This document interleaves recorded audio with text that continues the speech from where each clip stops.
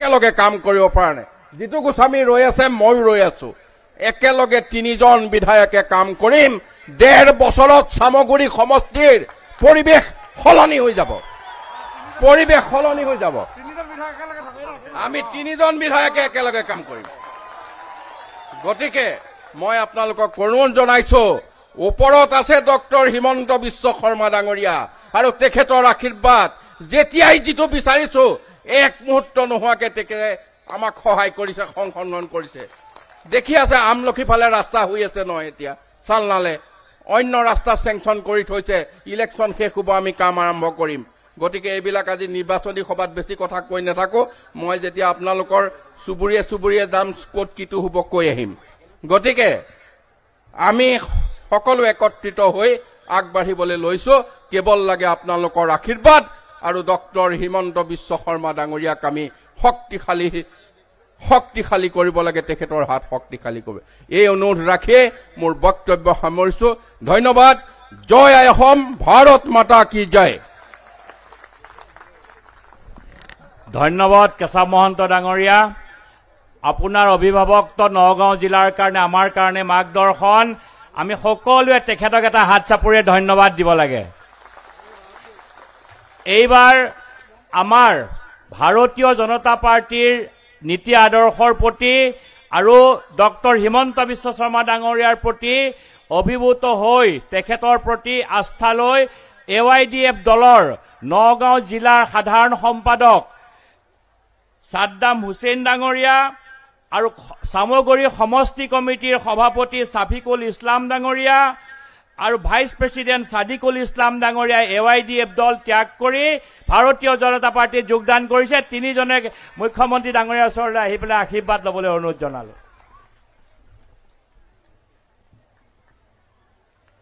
তেখেত 3জনকে আন্তৰিক অভিনন্দন জনাইছো। ৰাইজ, এইবাৰ আমাৰ মাজত আমি বহুত অপেক্ষাৰে, বহুত আশাৰে চামগুৰিবাসী ৰাইজ আজি আমি ৰৈ আছো। যাৰ মাৰ্গদৰ্শন, যাৰ আশীৰ্বাদৰে, যাৰ নেতৃত্বৰে আমি আগবাঢ়িব বিচাৰিছো, আমাৰ মহান নেতা, সকলোৰে জনপ্ৰিয় নেতা ডক্টৰ হিমন্ত বিশ্ব শৰ্মা ডাঙৰীয়াক তেখেতৰ ভাষণ ৰাখিবলৈ আমি অনুৰোধ জনাইছো।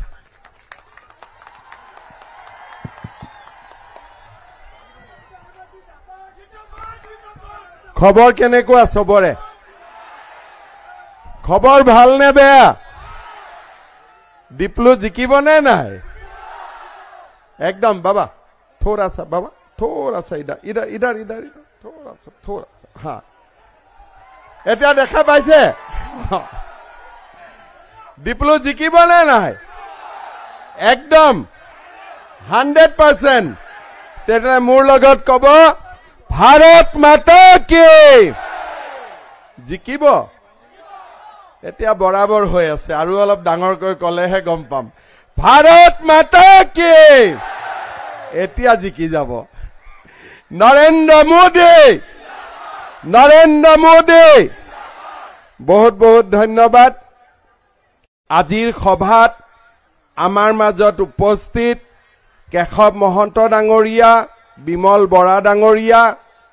সাংসদ ৰামেশ্বৰ তেলী ডাঙৰীয়া, কামাখ্যা তাছা ডাঙৰীয়া, আমাৰ প্ৰভাৰী হৰিশ দ্বিবেদী ডাঙৰীয়া, সন্মানীয় বিধায়কসকল, জিলা সভাপতি বাবুল বৰা, অভিজিত নাথ, গণপৰিষদ দলৰ মণিমাধৱ মহন্ত, মজিবুৰ ৰহমান, সুৰেশ বৰা, অনিৰ্বাণ গোস্বামী, পাৰ্থপ্ৰতিম হাজৰিকা, আবু বক্কৰ ছিদ্দিকী আৰু আজি দিনে নিশাই সমষ্টিটোৰ বাবে পৰিশ্ৰম কৰি থকা আমাৰ চামগুৰি সমষ্টিত আমাৰ দলৰ তথা আমাৰ মিত্ৰ গোষ্ঠীৰ মনোনীত প্ৰাৰ্থী ডিপ্লু ৰঞ্জন শৰ্মা ডাঙৰীয়া,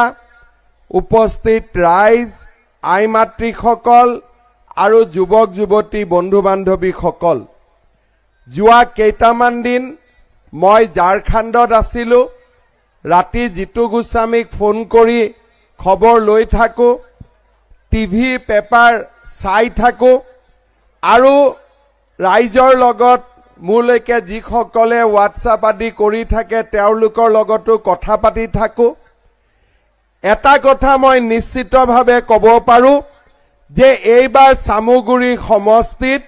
অতি কমেও 25-30 হাজাৰ ভোটত বিজেপি দল জিকিব তাক আৰু কোনেও ধৰি ৰাখিব নোৱাৰে কেতিয়াবা মই ভাবো জিকিবনে নাই যেতিয়া ৰকিবুল হুছেইনক মই টিভিত দেখো তেতিয়া মই কনফাৰ্ম হৈ যাওঁ যে জিকিবই 100% জিকিবই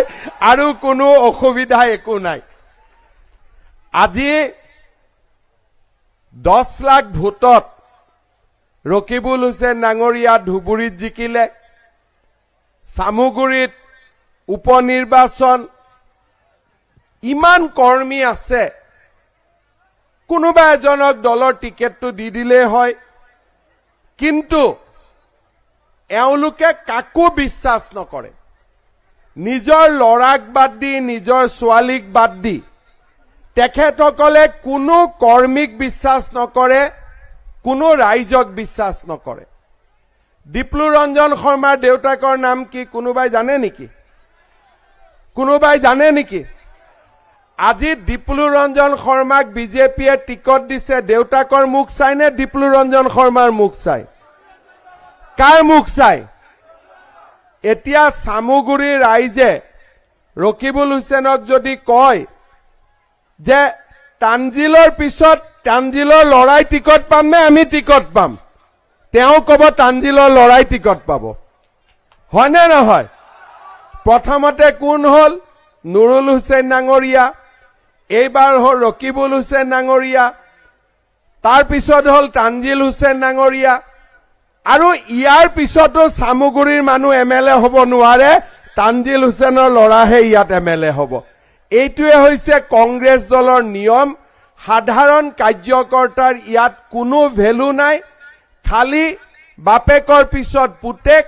পুতেকৰ পিছত নাতিনিয়েক নাতিনিয়েকৰ পিছত নাতিনিয়েকৰ লৰা নাতিনিয়েকৰ লৰাৰ পিছত আৰু নাতিনিয়েক এনেকে চলি থাকে বাকি বিলাকে খালি আমুল গাখীৰ খাই বাহিৰৰ পৰা চাই থাকিব লাগিব হয় নে নহয় ৰকিবুল হুছেইনে নুৰুল হুছেইনৰ লগত ৰকিবুল হুছেইনৰ লগত তানজিল হুছেইন বাকি বিলাকে ঘৰত বহি আমুল গাখীৰ চাই থাকিব লাগিব যে আপোনালোক এমএলএ হৈ আছে আমি দূৰৰ পৰা চাই আছো এখেতসকলে সব কৰিব ধৰ্মৰ নাম লব তেওঁলোকে বিভিন্ন স্থানৰ নাম লব সব লব পৃথিৱীখন ঘূৰণীয়া ঘূৰি ঘূৰি মোৰ লৰা মোৰ ছোৱালী তাতকৈ বেলেগ কথা তেওঁলোকে একো নাজানে কওঁতে সব কব কওঁতে গোটেই পৃথিৱীৰ কথাই কব কিন্তু যেতিয়া লাষ্টত কোন হয় লাষ্টত তেওঁলোকৰ নিজৰ লৰা আৰু নিজৰ ছোৱালী তাৰ বাদে বেলেগৰ কথা একো চিন্তা নকৰে এতিয়া কি কৈ আছে ৰকিবুল হুছেইনে মই লৰাক চাকৰি দিছো গতিকে মোৰ হৈ তেওঁলোকে খাটিবই লাগিব এতিয়া আপোনালোকে কক যোৱা 3 বছৰত মই মুখ্যমন্ত্ৰী হৈ থকাৰ দিনত 1.5 লাখ লৰা ছোৱালীয়ে চাকৰি পাইছে কাবাক কৈছো নেকি ইলেকশ্যনত কাম কৰিবৰ কাৰণে কাবাক কৈছো নেকি ইলেকশ্যনত কাম কৰিবৰ কাৰণে আজি কোনোবা লৰাই যদি নিজৰ মেৰিটত চাকৰি পাইছে তেওঁ চাকৰি কৰিব ৰকিবুল হুছেইনৰ ঘৰত কাম কৰিবৰ কাৰণে অসম চৰকাৰে দৰমহা দিয়া নাই এই কথা ৰকিবুল হুছেইনে বুজি পাব লাগে মাহৰ দৰমহা অসম চৰকাৰে দি আছে কোনোবা সামুগুৰি লৰাই যদি আজি চৰকাৰী চাকৰি কৰিছে মাহৰ দৰমহা অসমৰ খাটি খোৱা মানুহৰ টেক্সৰ পৰা পাই আছে ৰকিবুল হুছেইনৰ ঘৰৰ পৰা কোনেও দৰমহা পোৱা নাই এই কথা মানুহে বুজি পাব লাগিব আজি যি ধৰণৰ কথা কয় এতিয়া মই দেখিছো সামুগুৰিত তেওঁৰ মিটিঙতো মোৰহে ভাষণ লগাই থাকে আৰে বাবা মোৰ ভাষণ লগোৱাতকৈ মোকে মাতি লৈ যাক মই ডাইৰেক্ট ভাষণ দি থৈ আহিম ডাঙৰ ডাঙৰ মিটিং পাতে আৰু মোৰ পুৰণা ভিডিঅ'ৰ ভাষণ লগাই দিয়ে আৰে ইমানে যদি মোৰ ভাষণ ভাল লাগে মোকে মাতি লৈ যাওক ময়ে দুআষাৰ কৈ থৈ আহিম যে কেনেকৈ ৰকিবুল হুছেইনে চামুগুৰিৰ মানুহক শোষণ কৰিছে, লুণ্ঠন কৰিছে, মাত্ৰ পৰিয়াল কেন্দ্ৰিক ৰাজনীতি কৰিছে। মোক লৈ যাওক না, ময়ে কৈ আহিম। আজিকালি বোলে ৰকিবুল হুছেইনে দাদাগিৰিও কৰে। মই বহুত দিন আগতে কৈছো, ৰকিবুল হুছেইনৰ দাদাগিৰি মানে নিমকি গুণ্ডাৰ দাদাগিৰি, ইয়াত কোনো ভেলু নাই। এইবিলাক দাদাগিৰিৰ কোনো ভেলু নাই। অসম চৰকাৰৰ কব্জা বহুত টাইট আছে, হয় নে নহয়? আমাৰ চৰকাৰৰ কব্জা টাইট আছে নে নাই? গোটেই কাজিৰঙাত গড় হত্যা বন্ধ হৈ গ'ল নে নাই? গড় হত্যা বন্ধ হৈ গ'ল নে নাই? তো আজি আপোনালোকে চাওক যে ৰকিবুল হুছেইনে দিনে ৰাতিয়ে চামুগুৰিত আছে। যদি বেলেগ এজন কেণ্ডিডেট হলহেঁতেন, নিজৰ ল'ৰা নহলহেঁতেন, ইমান খাটিলেহেঁতেন নেকি?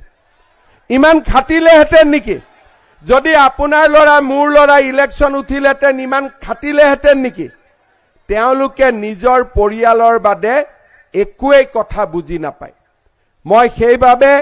চামুগুৰিৰ ৰাইজক অনুৰোধ কৰিম, এইবাৰৰ নিৰ্বাচনত আপোনালোকে সকলোৱে লগ হৈ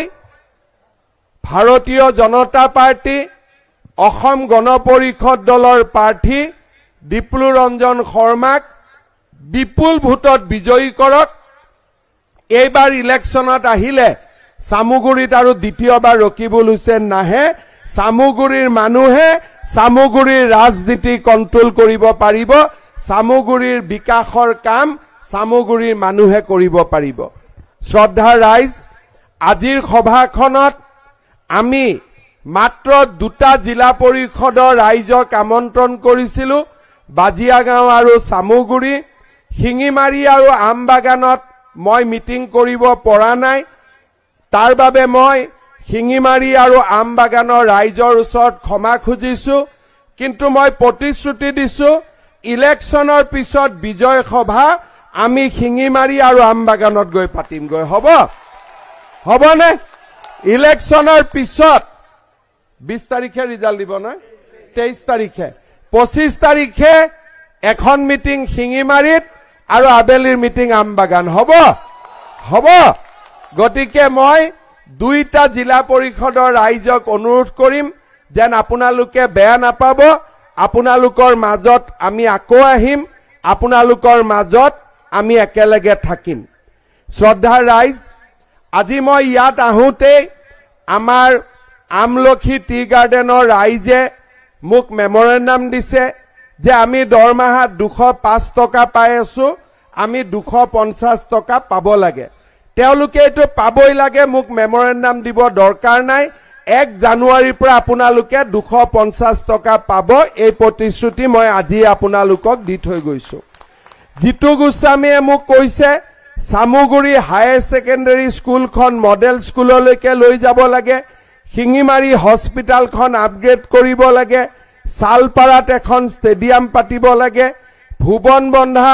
বৰহমপুৰৰ ৰিভাৰ প্ৰটেকশ্যনৰ কাম কৰিব লাগে আৰু চামুগুৰি সমষ্টিত ৰাস্তাৰ ডেভেলপমেণ্টৰ বাবে এটা বিশেষ পেকেজ দিব লাগে। এই গোটেইখিনি কাম আজিয়ে মই আপোনালোকক প্ৰতিশ্ৰুতি দিছো যে যি ধৰণে জিতু গোস্বামী ডাঙৰীয়াই দিছে তেনেকে আপোনালোকৰ গোটেই কামখিনি মই কৰি দিম। শ্ৰদ্ধাৰ ৰাইজ, মই যোৱাকালি বঙাইগাঁৱত আছিলো। এটা মই সাধু কথা কৈছিলো, আজি সাধু কথাটো আকৌ এবাৰ ৰিপিট কৰিব খোজো। আমাৰ ঘৰবিলাকত কেতিয়াবা কেতিয়াবা একোটা ল'ৰা জন্ম হয়। আমাৰ অসমীয়া ভাষাত তাক অকৰা বুলি কওঁ, আব্ৰা বুলি কওঁ। এনেকুৱা ল'ৰা কেতিয়াবা জন্ম হয়, মনবোৰ ভাল কিন্তু বুদ্ধিটো অলপ কম থাকে। এদিন বাপেকে ল'ৰাজনক ক'লে যে তই বজাৰত যা, ধুনীয়া গৰু এটা কিনি লৈ আহ, গৰুটোক অলপমান পুহিবি ভাল কৰি, গাখীৰ তাখীৰ দিব, অলপ তই গৰু গাখীৰ খাব পাৰিবি। ল'ৰাটো বজাৰলৈকে গ'ল। সিটো ভাবিলে যিটো গৰু ডাঙৰ সেইটো গৰুৱে ভাল গাখীৰ দিব। ৰকিবুল হুছেইনো ডাঙৰ দীঘল নহয়, অলপ অলপ। আচ্ছা, ধুনীয়াকৈ গ'ল, গৈ পেলাই যিটো গৰু অলপ ডাঙৰ দীঘল শকত আবত গৰুটো কিনি লৈ আহিলে। কিনি লৈ আহি ধুনীয়া কৰি দানা খুৱাই আছে। দেউতাকে এদিন ল'ৰাটোক সুধিলে যে তই গাখীৰ খাই আছনে নাই বোলে বাবা মোৰ গৰুটোৱে দেখোন গাখীৰে নিদিয়ে তেতিয়া ক'লে তোৰ গৰুৱে গাখীৰ নিদিয়ে কিয় গাখীৰ নিদিয়ে বল চাব যাওঁ বাপেক আৰু পুতেকে গৰু চাব গ'ল বাপেকে গৈয়ে দেখা পালে আৰে এইটোতো মতা গৰু এইটোতো হালুৱা গৰু ই ক'ৰ পৰা গাখীৰ দিব তে গৰুটোক যেতিয়া ক'লে যে বাবা এইটোতো হালুৱা গৰু ই ক'ৰ পৰা গাখীৰ দিব তেতিয়া গৰুটোৱেও ক'লে যে দেউতা ল'ৰাটোক এইটোকে মই বুজাই আছো যে মই হালুৱা গৰু মই গাখীৰ ক'ৰ পৰা দিম মুকটো দানা খোৱালেও মই গাখীৰ দিব নোৱাৰো এতিয়া আপোনালোকে ৰাজনীতিলৈকে এইটো কথাটো আনক আজি কোনোবাই যদি কংগ্ৰেছক ভোট দিয়ে দিছপুৰত আছে বিজেপিৰ চৰকাৰ দিল্লীত আছে বিজেপিৰ চৰকাৰ কংগ্ৰেছক দানা খোৱালেও কংগ্ৰেছে আমাৰ কাম কৰিব পাৰিব নেকি কক আপোনালোকে পাৰিব নেকি কংগ্ৰেছে আমাৰ কাম কৰিব পাৰিব নেকি আজি কংগ্ৰেছ দলে মোদী ডাঙৰীয়া ভাৰতৰ প্ৰধানমন্ত্ৰী হল আৰু 5 বছৰৰ কাৰণে আৰু অসমত কংগ্ৰেছটো আৰু বাদ দিয়ক বিজেপিটো আৰু মিনিমাম 50 বছৰ বিজেপি অসমত থাকিবই বিজেপি থাকিবই এতিয়া কোনোবাই যদি কংগ্ৰেছক ভোট দিয়ে তেতিয়ালে গাখীৰ খাব পাৰিব নেকি গাখীৰ খাবৰ কাৰণে গাই গৰুক দানা খুৱাব লাগিব হয়নে নহয় আৰু গাই গৰু কোন আজিৰ দিনত ডেইলি 16 লিটাৰ গাখীৰ দিয়া গাই গৰু হৈছে বিজেপি আৰু বিজেপিয়েহে আমাৰ সামুগুৰি সমষ্টিৰ উন্নতি কৰিব পাৰে এজিপিয়েহে আমাৰ সামুগুৰি সমষ্টিৰ উন্নতি কৰিব পাৰে শ্ৰদ্ধা ৰাইজ কংগ্ৰেছ দলে বহুত গৌৰৱ কৰে ইটো কৰিছিলো হিটো কৰিছিলো আজি আপোনালোকে কক 15 বছৰ কংগ্ৰেছ দল শাসনত থাকিলে কংগ্ৰেছে কিয় অৰুণোদয় আঁচনি আনিব নোৱাৰিলে আজি কংগ্ৰেছ দলৰ দিনত অৰুণোদয় আঁচনি কিয় নহল আজি মই যতে যাওঁ ৰাইজে মোক কয় অৰুণোদয় দিব লাগে আৰু বিধানসভাটো বিধায়কসকলে কয় যে অৰুণোদয় আঁচনি বঢ়াই দিব লাগে কিন্তু কংগ্ৰেছ দলে কি কয় বোলে অৰুণোদয় আঁচনিৰ জৰিয়তে বিজেপিয়ে হিতাধিকাৰীৰ সৃষ্টি কৰিব খুজিছে আপোনালোকে কক মাহৰ 10 তাৰিখে 1250 টকা একাউণ্টত সোমালে দুখীয়া দৰিদ্ৰ ৰাইজৰ উপকাৰ হয়নে নহয় আপোনালোকে মোক নিজে কওকচোন হয়নে নহয় আজি দুখীয়া দৰিদ্ৰ মানুহৰ কাৰণে ৰকিবুল হুছেনে 1250 টকাৰ মূল্য বুজি নাপায় কাৰণ আল্লাহ তেওঁক বহুত দিছে কিন্তু এজন দুখীয়া দৰিদ্ৰ মানুহে বুজি পায় 1250 টকাৰ মূল্য কিমান হয়নে নহয় আজি তেওঁলোকে কয় হিতাধিকাৰী আমি কৈছো নহয় এই 1250 টকা দি কোনোবা মানুহে ঘৰত 2 লিটাৰ গাখীৰ কিনি তেওঁলোকৰ সন্তানক খুৱাইছে কোনোবাই এই টকাৰে লৰা ছোৱালীৰ কিতাপ কিনি দিছে কোনোবাই এই টকাৰে লৰা ছোৱালীক টিউচন যোৱাৰ ব্যৱস্থা কৰি দিছে আজি অসমৰ দুখীয়া দৰিদ্ৰ মানুহে 10 তাৰিখৰ দিনটোলৈকে বাদ চাই যে 1250 টকাটো চৰকাৰে দিব নে নিদিয়ে যেতিয়া চৰকাৰৰ হাতৰ পৰা এই টকাটো পাই মানুহজনৰ মুখত পৰিয়ালটোৰ মুখত আজি হাঁহি বিৰিঙি উঠে লোকসভা নিৰ্বাচনৰ সময়ত মই কৈছিলো যে আমি সকলো পৰিয়ালকে অৰুণোদয় আঁচনি দিয়াৰ বাবে চেষ্টা কৰিম যাৰ যাৰ ৰেচন কাৰ্ড আছে তাক আমি ৰেচন কাৰ্ড দিম যাৰ যাৰ ৰেচন কাৰ্ড নাই তেওঁলোককো আমি ৰেচন কাৰ্ড দিম যাতে অৰুণোদয় আঁচনি পাব পাৰে আজি মই সামুগুৰিত ৰাইজৰ মাজত ঘোষণা কৰিছো অহা 2 মাহৰ ভিতৰত সামুগুৰিত আমি নতুনকৈ 15,000 পৰিয়ালক আমি অৰুণোদয় আঁচনি দিম আগত যিসকলে পাই আছিল পায়ে থাকিব আৰু নতুনকৈ আমি 15,000 পৰিয়ালক আমি অৰুণোদয় আঁচনি দিম দীপুলু ৰঞ্জন শৰ্মা জিতু গোস্বামী আৰু কেশৱ মহন্ত ডাঙৰীয়াই চাই দিব আমি প্ৰতি ঘৰ দুখীয়া মানুহক আমি অৰুণোদয় আঁচনি দিয়াৰ বাবে আমি চেষ্টা কৰিম আৰু এই টকাখিনি দি আমাৰ কেনেকৈ দুখীয়া দৰিদ্ৰ মানুহৰ সমাজখন আগবাঢ়ি যাব পাৰে তাৰ বাবে আমি চেষ্টা কৰিম লোকসভা ইলেকশ্যনৰ সময়ত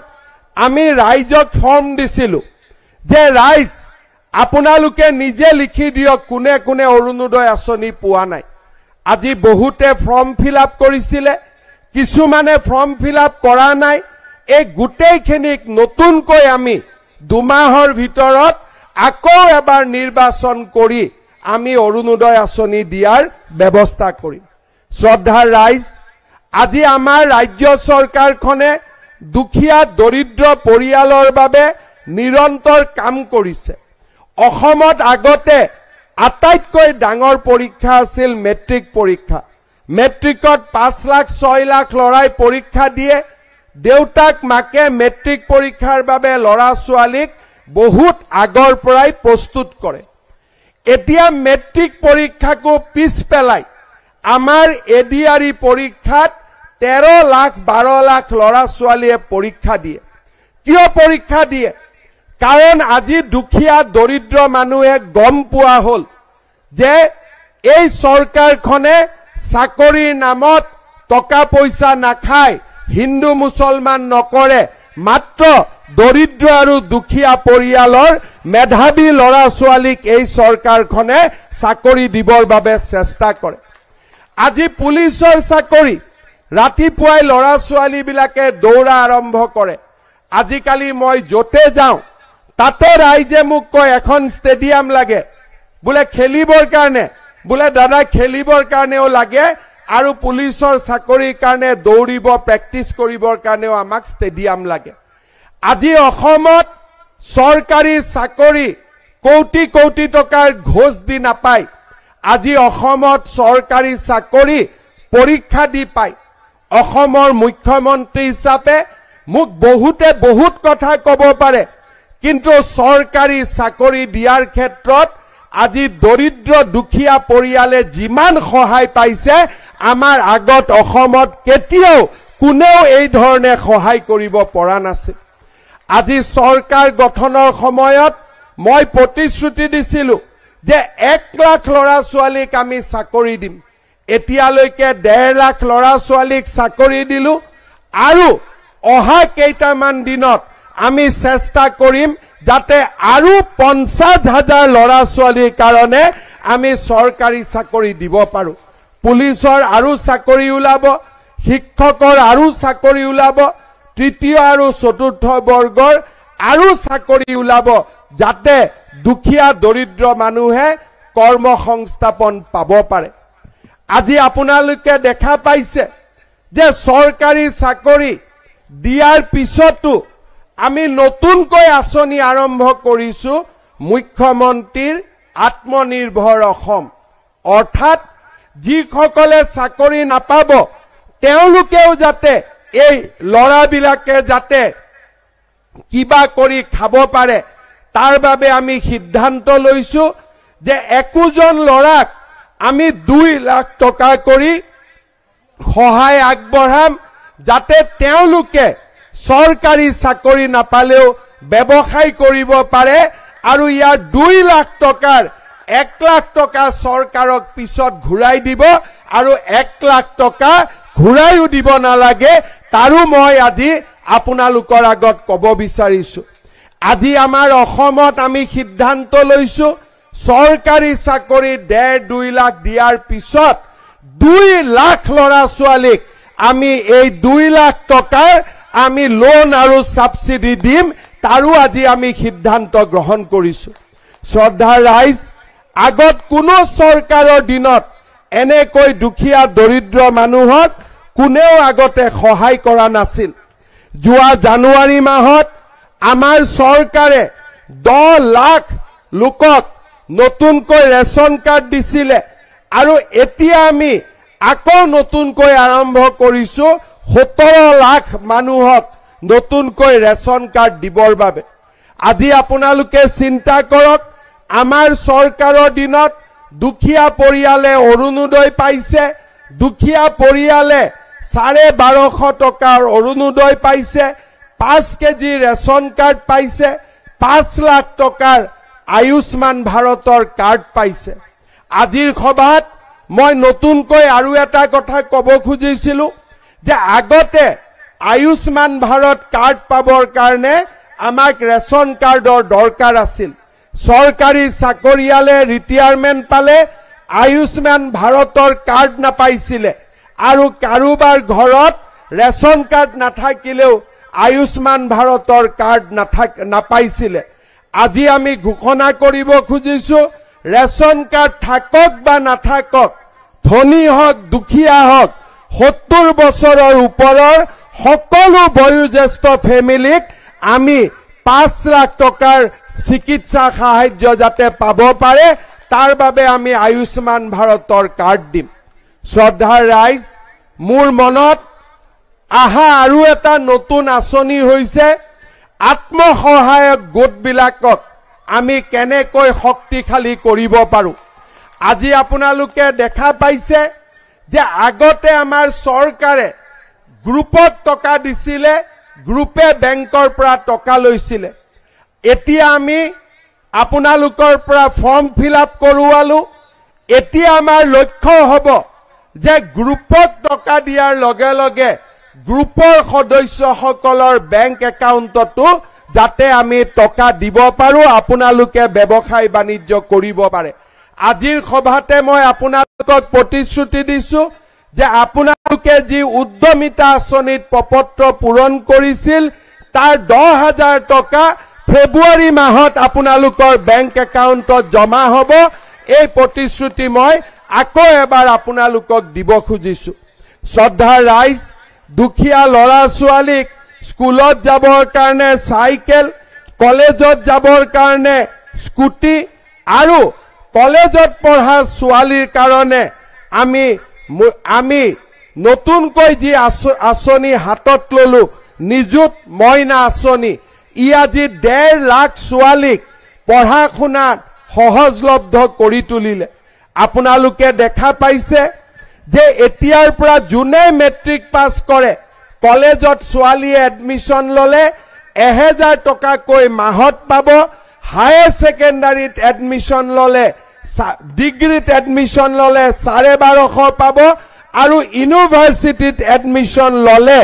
2500 টকাকৈ তেওঁলোকে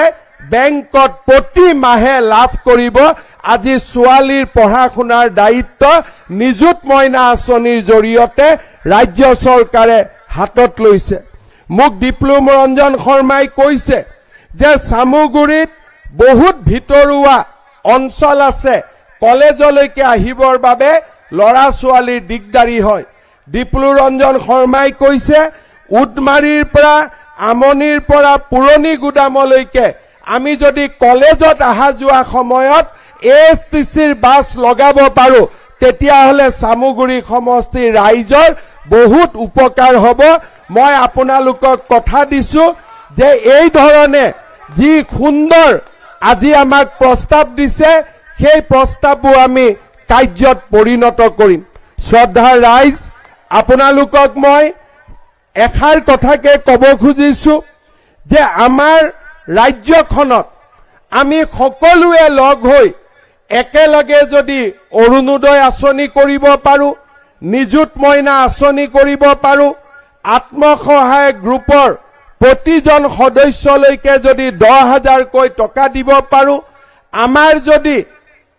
যিসকলে ব্যৱসায় বাণিজ্য কৰিব খোজে তেওঁলোকক যদি আমি 2 লাখকৈ টকা দিব পাৰো, আমাৰ অসমখনত যদি 1 টকাৰো ঘোষ নিদিয়াকৈ আমি 1.5 লাখ 2 লাখ চাকৰি দিব পাৰো, ৰাস্তা ঘাট দলং এই গোটেইবিলাক আজি যি ধৰণে আমি বনাই আছো তেনেকে যদি বনাই থাকিব পাৰো, আমাৰ ৰাজ্যখন ভাৰতৰ ভিতৰতে এখন শক্তিশালী ৰাজ্যত পৰিণত হ'ব, তাত কাৰো সন্দেহ নাই। শ্ৰদ্ধাৰ ৰাইজ, মই আপোনালোকক এটাই কথা কম, এই ইলেকশ্যন হল উপনিৰ্বাচন। এই নিৰ্বাচনৰ পিছতো 1.5 বছৰ আমাৰ ৰাজ্য চৰকাৰখনে আপোনালোকৰ কাৰণে কাম কৰাৰ সুযোগ পাব। দিল্লীত মোদী ডাঙৰীয়াৰ চৰকাৰ 3 মাহ আগতে গঠন হৈছে 4 বছৰ 7 মাহ নৰেন্দ্ৰ মোদী ডাঙৰীয়াৰ এই কাৰ্যকাল চলি থাকিব সামুগুৰি সমষ্টিত যদি আমাক উন্নয়ন লাগে সামুগুৰি সমষ্টিত যদি আমাক বিকাশ লাগে আমি দিছপুৰত বিজেপিৰ চৰকাৰ দিল্লীত বিজেপিৰ চৰকাৰ আৰু এই দুইটা চৰকাৰৰ লগত যদি আমি একেলগে ভোট দিওঁ সামুগুৰি সমষ্টি অসমৰ ভিতৰতে এটা সৰ্বাংগ সুন্দৰ সমষ্টিলৈ ৰূপান্তৰিত হ'ব পাৰে শ্ৰদ্ধা ৰাইজ যোৱা কেইদিনমান দিনত মই দেখিছো সামুগুৰি নিৰ্বাচনত মাজে মাজে দুই এটা খুটখাট গণ্ডগোল হৈ আছে মই আপোনালোকক ক'ব খুজো যে আমাক গণ্ডগোলটো ৰাস্তাত নালাগে ইভিএম মেচিনত লাগে যিমান শক্তি আছে মেচিনত জোৰ কৰি হেচিব লাগে হয় না নহয় যাতে পাৰ্মানেন্টলি ৰকিবুল হুছেইন ধুবুৰীলৈকে গুচি যাব পাৰে হয় না নহয় গতিকে আপোনালোকৰ যিমান শক্তি আছে মেচিনৰ কাৰণে আপোনালোকে ৰিজাৰ্ভ ৰাখক সুন্দৰ কৰি ৰাতিপুৱা এনে ধৰণে টিপিব যাতে ৰকিবুল হুছেইন পাৰ্মানেন্টলি ধুবুৰীলৈকে ট্ৰান্সফাৰ হৈ যাব পাৰে আৰু তেওঁ ইয়াতে কষ্ট কৰিব নালাগে শ্ৰদ্ধা ৰাইজ দীপলু ৰঞ্জন শৰ্মাই আপোনালোকৰ কাৰণে বেছিকৈ কাম কৰিব দীপলু ৰঞ্জন শৰ্মা এজন সহজ সৰল সুন্দৰ প্ৰাৰ্থী আৰু দীপলু ৰঞ্জন শৰ্মাক আপোনালোকে যদি বিজয়ী কৰে মই নিশ্চিত সামুগুৰি সমষ্টিলৈ উন্নয়নৰ নতুন দিগন্ত নামি আহিব সামুগুৰি সমষ্টি দুপদুপে আগবাঢ়ি যাব মই পুনৰ এবাৰ ৰাইজক এটা কথাই অনুৰোধ কৰিম যে ৰাইজ পৰিয়াল কেন্দ্ৰিক ৰাজনীতি আমাৰ বাবে কেতিয়াও উপকাৰী নহয় মই কেইদিনমান আগৰ এটা সৰু কথা ক'ব খুজিছো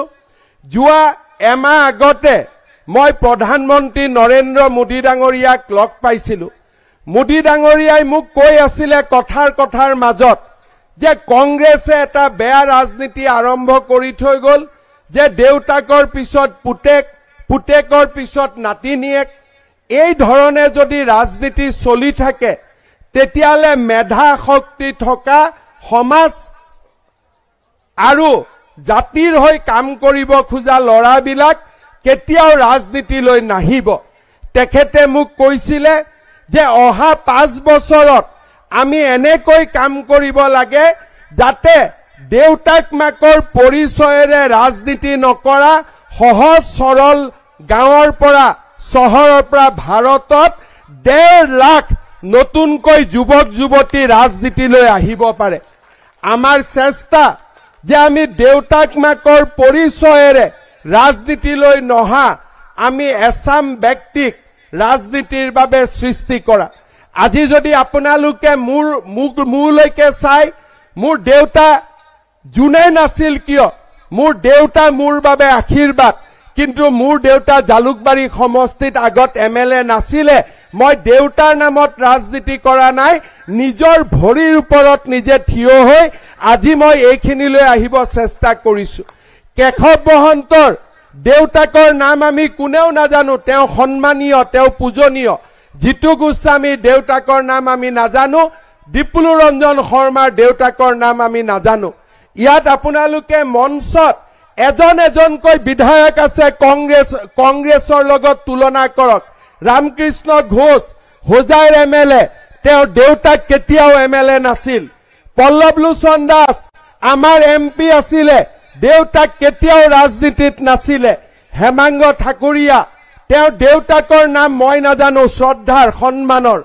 আমাৰ মাজত বিশ্বজিৎ ফুকন আছে তেওঁ আমাৰ বিধায়ক দেউতাকৰ নাম আমি নাজানো আমাৰ মাজত ধৰ্মেশ্বৰ গগৈ আছে দেউতাকৰ নাম আমি নাজানো পৰমানন্দ ৰাজবংশী আছে দেউতাকৰ নাম আমি নাজানো কামাখ্যা প্ৰসাদ তাছা আছে দেউতাকৰ নাম আমি নাজানো ৰমাকান্ত দেউৰী আছে দেউতাকৰ নাম আমি নাজানো বিমল বৰা আছে দেউতাকৰ নাম নাজানো ৰামেশ্বৰ তেলী আছে দেউতাকৰ নাম নাজানো প্ৰশান্ত ফুকন আছে দেউতাকৰ নাম নাজানো তৰংগ গগৈ আছে দেউতাকৰ নাম আমি নাজানো ৰূপক শৰ্মা আছে দেউতাকৰ নাম নাজানো